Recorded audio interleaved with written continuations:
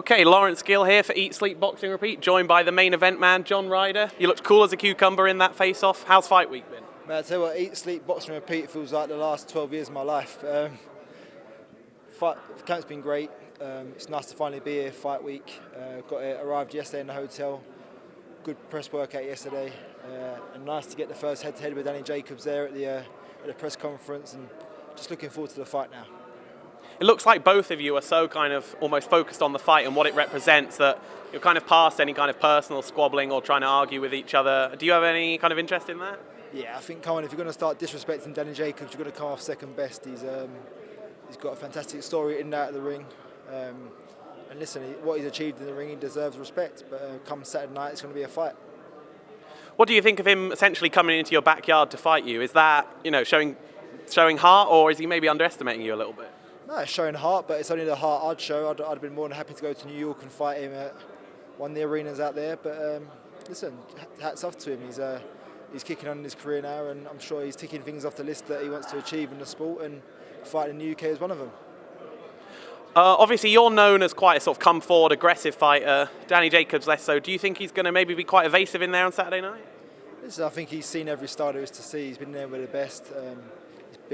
He's mixed it with the best, and he's really come off second best. So he's not going to be too surprised by my style, but I've just got to make things uncomfortable for him and do what I do best and come away victorious. If you win this fight on Saturday, do you expect your next bout to be for a world championship? When I win this fight on Saturday, listen, who knows what the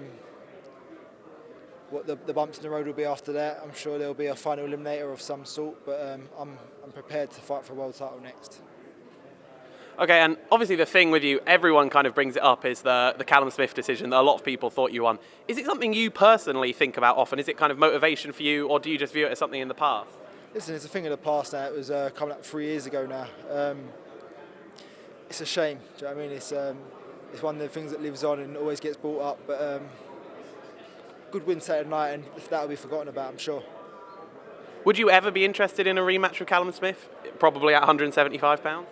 Listen, I'd like to put all these wrongs right in my career, and it's all about winning Saturday night first and foremost. I still want to achieve my dreams, win the world title. So once I've done that, we'll look to the future then and see what opportunities present themselves. Obviously, Saturday night I don't think is definitely claiming mandatory status for the WBA Championship, but it's sort of there or thereabouts. So do you think there's any chance, if you get to fight for that WBA Championship, it will be against Canelo Alvarez? Listen, I suppose we hope so, but listen, if he vacates the belt, then happy days. It frees things up for a lot of fighters, and we can have a few more world champions in the super middleweight division and some big nights ahead. Obviously, this quote from you that Eddie Hearn's bringing up a lot in the build-up to this is that the loser of this fight is done at the world level. Obviously, you're someone who has had losses and setbacks in your career, but has carried on to this level. So, are you still believe that the loser's done? Listen, the desire burns in my belly stronger than ever, but I just feel, aside from boxing, I've got a partner, 2 children. It's how long you can keep putting them through this, and it's not so much the fights, it's the rebuilding process. You've got to go away, you've got to work on yourself, you've got to get into camp for 6 and 8 rounds just to get yourself back up the pecking order. So it's at my age now, I've got that in me to do that and put my family through it.